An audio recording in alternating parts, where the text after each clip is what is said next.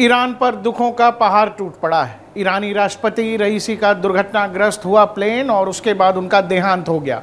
उनके साथ साथ ईरान के विदेश मंत्री का भी देहांत हो गया। दुखों में जो सबसे करीब और जो लोग अपने होते हैं उनका साथ आपको मजबूत बनाता है। दुनिया में इकलौता देश है रशिया, यानी राष्ट्रपति पुतिन, जो ईरान के इस मुश्किल हालात में बिल्कुल ईरान के साथ कंधे से कंधा मिलाकर खड़े। भारत में प्रधानमंत्री मोदी ने भी एक दिन के राजकीय शोक का ऐलान किया है, लेकिन राष्ट्रपति पुतिन जिस तरह से ईरान के साथ कंधे से कंधा मिलाकर खड़े हैं तो उससे यही पता लगता है कि भाई दोस्त हो तो पुतिन जैसा। हम ऐसा क्यों कह रहे हैं?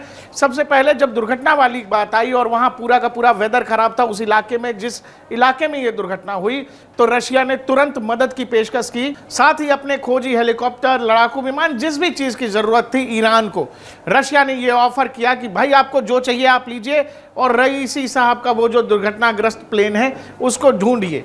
इसके अलावा पुतिन अब जो कर रहे हैं वो दुनिया में अलग ही लेवल की मैसेजिंग है। पुतिन राष्ट्रपति रईसी के अंतिम यात्रा में शामिल होने जा रहे हैं और शामिल ही नहीं होने जा रहे हैं, जिस प्लेन में बैठे हैं उसको 4 Su-35 दुनिया के बेहतरीन लड़ाकू विमान वो एस्कॉर्ट कर रहे हैं। अरब के आसमान में सुखोई फाइटर जेट्स गरजेंगे और आप ये समझो कि उस पूरे इलाके में क्या माहौल होगा। इस पोस्चरिंग का क्या मतलब है? जब आप कोई भी राष्ट्राध्यक्ष इस तरह से फाइटर जेट्स के एस्कॉर्ट्स के साथ कहीं जाता है, ये बहुत एग्रेसिव मैसेजिंग है। किसको? तो ये एग्रेसिव मैसेजिंग निश्चित तौर पर अमेरिका और यूरोपीय देशों के हैं। Su-35 जेट्स जो हैं, मैं आपको ये देखिए, इससे पहले ये खबर दुनिया भर में छप गई थी कि पुतिन जो हैं तेहरान जाने की तैयारी में और क्या एस्कॉर्ट करे, Su-35 उनको एस्कॉर्ट करेगा। तो दुनिया भर के अखबार और पत्रकारों में से लेकर दुनिया भर की एजेंसीज ये सोच में पड़ गई कि आखिर पुतिन ऐसा क्यों कर रहे हैं, जबकि पुतिन तो ऐसे भी जा सकते हैं, अपने प्लेन से आसानी से जाते आराम से उस शोक यात्रा में या शोक सभा में शामिल हो सकते थे। लेकिन Su-35 क्यों लेकर जा रहे हैं? उसके पीछे है पुतिन की वो दोस्ती जो पुतिन कभी भूलते नहीं है। पुतिन ने राष्ट्रपति रईसी से यह वादा किया था कि वो ईरानी वायुसेना में Su-35 को जरूर शामिल कराएंगे और ये डील पूरी होने से पहले ही रईसी साहब का देहांत हो जाता है, दुर्घटनाग्रस्त प्लेन में उनकी जान चली जाती है। लेकिन पुतिन अपने उस दोस्त को श्रद्धांजलि देने के लिए Su-35 के साथ वहां ईरान पहुंच रहा है और यही वो फाइटर जेट है जिसके साथ पुतिन ईरान पहुंच रहे हैं। दुनिया के सबसे खतरनाक लड़ाकू विमानों में से एक है। और ये देखिए, ये वो तस्वीरें हैं, ये पुतिन साहब अपने प्लेन में बैठे हैं और ये Su-35 जो उनको स्कॉच कर रहे हैं, 4 Su-35 लेकर के जा रहे हैं। कुछ ऐसा ही वाकया प्रधानमंत्री मोदी ने यह बताया था कि जब वो जॉर्डन से फिलिस्तीन जा रहे थे तो इजरायली वायुसेना के 4 फाइटर जेट उनको फिलिस्तीन तक एस्कॉर्ट कर रहे थे। तो ये एक तो सुरक्षा की दृष्टि से भी कि आकाश में अगर राष्ट्रपति के विमान को कोई खतरा होता है तो उससे जो है शूट डाउन कर देंगे ये Su-35। इसके अलावा चूंकि अपने दोस्त रईसी से इनका वादा था, ईरानी एयरफोर्स में रशिया Su-35 जरूर मुहैया कराएगा ईरान को। और अब जब रईसी नहीं है तो अपने उस दोस्त को श्रद्धांजलि देने के लिए वो मैसेज आज तक पुतिन को याद है और पुतिन इसीलिए दुनिया के सबसे खूंखार लड़ाके लेकर ईरान पहुंच रहे हैं। ये कुछ तस्वीरें हैं जो फ्लाइट्स के अंदर से ली गई हैं, जो प्लेन पुतिन को एस्कॉर्ट कर रहे हैं।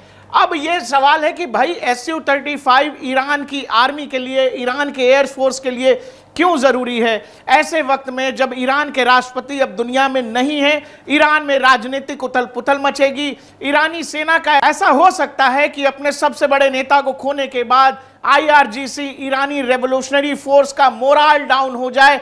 और यह चूंकि सबसे जरूरी बात है कि ऐसे समय में जब ईरान इजराइल के साथ कभी भी उलझ सकता है, ऐसे समय में जब ईरान अमेरिका कॉन्फ्लिक्ट भी, संबंध भी बहुत अच्छे दौर में नहीं है, रशिया ईरान को यह बता रहा है कि आप चाहे दुनिया में किसी के भी साथ लड़िएगा, आपका ये दोस्त आपके साथ हमेशा खड़ा है।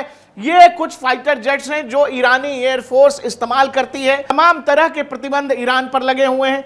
इसी वजह से ईरान अपने एयरफोर्स का मॉडर्नाइजेशन बहुत अच्छे तरीके से नहीं कर सका।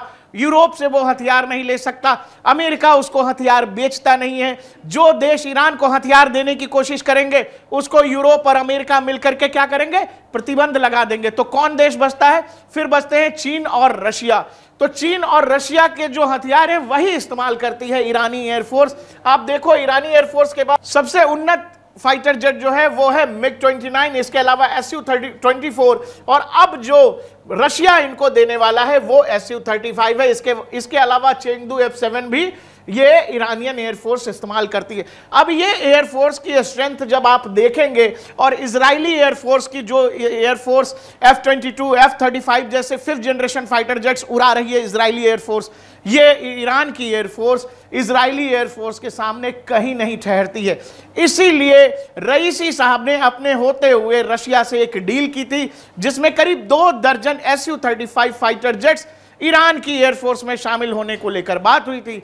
लेकिन अब तो रईसी साहब है नहीं, तो ऐसा ना हो कि डील भी अंधेरे में चला जाए। लेकिन पुतिन नहीं भूले हैं अपने दोस्त से किया हुआ वादा, और पुतिन वो फाइटर जेट्स के साथ जिसका वादा है वो फाइटर जेट्स के साथ पुतिन ईरान पहुंच रहे हैं अपने उस दोस्त की अंतिम यात्रा में शामिल होने के लिए। साथ ही वो Su-35 जब ईरान की धरती पर उतरेंगे तो रशिया के साथ साथ ईरान का यूरोपीय देशों और अमेरिका को यह मैसेज होगा कि ईरान के साथ अगर मिडिल ईस्ट के अंदर इजराइल या किसी और ने कोई मिस एडवेंचर करने की कोशिश की, ईरान अब इतनी ताकत रखता है कि वो जवाब देगा। और एक और जरूरी बात, ईरान की इस मुश्किल घड़ी में कौन कौन देश हैं जो ईरान के साथ खड़े हैं, तो सबसे पहले रशिया, चाइना, नॉर्थ कोरिया, और एक बात याद रखिएगा, हमारा भारत भी ईरान के साथ खड़ा है। सबसे जरूरी बात कि कुछ लोग भारत में रहते हुए यूरोपीय चश्मे से ईरान संबंधों को देख रहे हैं, जबकि ईरान हमारा बेहद अच्छा मित्र है। तो ईरान अच्छा मित्र है वो इसीलिए है क्योंकि रईसी साहब और प्रधानमंत्री मोदी की दोस्ती बहुत अच्छी थी। तो जो देश हमारे लिए अच्छा है, हमारे लिए अच्छा सोचता है, वो हमारा मित्र राष्ट्र है। हमें कोई फर्क नहीं पड़ता कि अमेरिका और यूरोपीय देश उस देश के बारे में क्या सोचते हैं। भारत का हित ही सबसे पहले हमें सोचना चाहिए। तो यह बात तो जरूर है कि पुतिन जैसे ही Su-35 के साथ ईरान की धरती पर उतरेंगे, अमेरिका से लेकर यूरोप तक एक मैसेज जाएगा कि ईरान को अगर अरब में किसी ने हाथ लगाया तो जंग तय है।